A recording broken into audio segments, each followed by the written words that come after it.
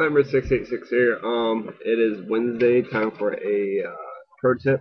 This week's pro tip is going to be on basically kind of like a tricking your opponent, or basically psyching them out, make them use their cards to your benefit. I'm talking about like spells and traps and such. The first thing I found out is that instead of like holding like your smashing grounds or your dark holes or anything like that, you put them face down the field. So try to make fill up your backfield as fast as possible. This makes them kind of hesitant in doing these moves because they believe you have, bottomless or solemn warnings or judgments or anything like that. So they'll like either play their MSTs to destroy them, which you have a back row. So if they do something, you'll have still back there. Uh, and then also they'll play like trap stun, even though you might not have traps. They'll play their trap stun to eliminate possibility of you like warning or deep prison or anything like that. They're basically going to waste it. But when you set your five, their opponent's going to be like, what's going on? You have this many cards that can hurt me, so let's take it slow. They'll actually slow down and they'll have to regain themselves. Um, you start getting worried, like I said, and but if they start playing MST, that's a 1-for-1. You're going to knock out one of your cards, and they might hit your MST and you knock out one of theirs. So it's a 1-for-1 trade. Also, they'll cipher through their cards like MSTs. You got two of those. You get a giant Trunade.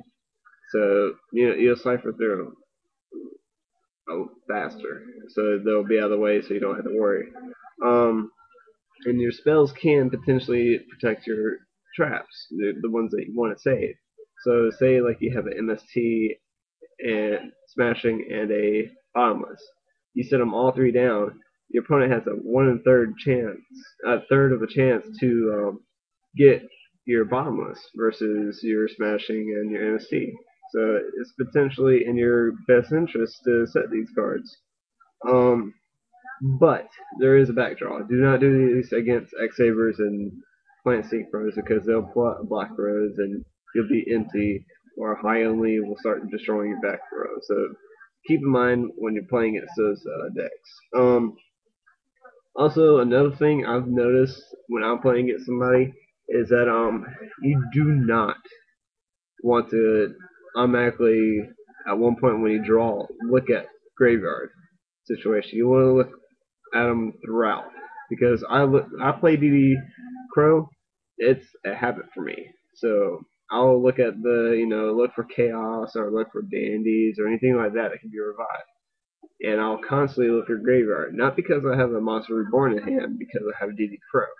So that's another thing. You want to either keep in mind what's in the graveyard, or just each turn when you draw, look through it. Or you can even use this against your opponent. Like say you draw a smashing round. Look through your opponent's graveyard real quick, look through your graveyard. They think you have a monster reborn. So they'll start worrying about it and the potential threat, and they'll probably end up trying to set like a Royal Oppression or something, and that's going to, prohibit them to play Gores. So, that's another thing. Also like Chaos Sorcerer and Dark Armor Dragon is another instance. So keep your count kind of like in your head, because if you have it in your hand, and they end up drawing into Mind Crush, they know what's in your hand. You're going to like Mind Crush it, or say Monster Reborn, Dark Armor Dragon, Chaos Sorcerer.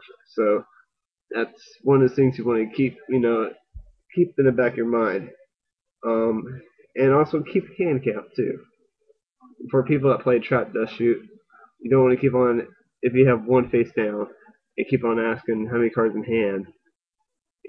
They're going, hey, I need to keep at least 2 to 3 cards in my hand, so they can't play that. So, that's kind of a stupid question to ask every turn.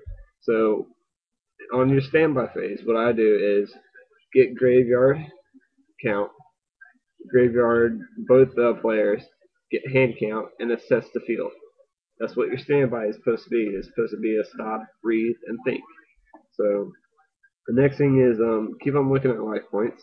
Keep track of life points because that's a big thing. You could probably win a duel by 100 points, and if you're not keeping track, you'll end up losing the duel because you thought they have 100 life left when they really don't.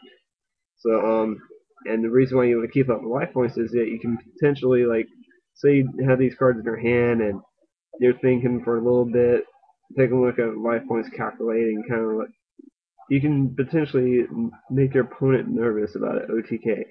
So when you first flop something down, like say when you go into Monster Reborn first thing, they're going to open up with a solemn warning to waste it. And then you're like, okay, I want to draw that out. Now I can play Debris Dragon, start blowing up things, and start going off the deep end. So that's another thing you want to keep in mind.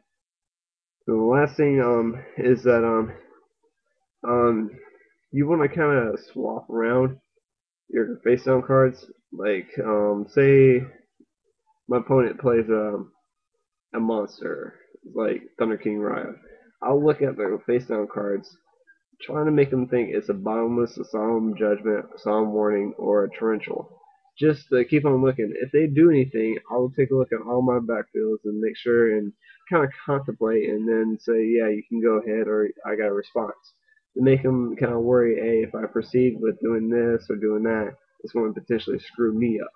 So that's that's one of those things that if you just if you have a bottomless face down and you want to keep it in your head but not look at it, that's fine. But it kind of psychs out your opponent because they don't want to summon a monster, and you want to give them that fear. Um, and just like say like you have monsters and traps and spells in your hand, and you don't know what to play, but you want to kind of not give them a monster versus support count in your hand. Like grab a spell or a trap and try to put it in defense face down, but don't let go of the card because that kind of counts as setting it. Just kind of put it there and think about it, put it back in your hand, do a hand shuffle, so they know what you have. They think they know what you have in your hand. But these are little tips I found out in my years of experience, and I also saw a video on YouTube that it kind of spiked my interest to do a video for this week's pro tip. So just subscribe to the channel.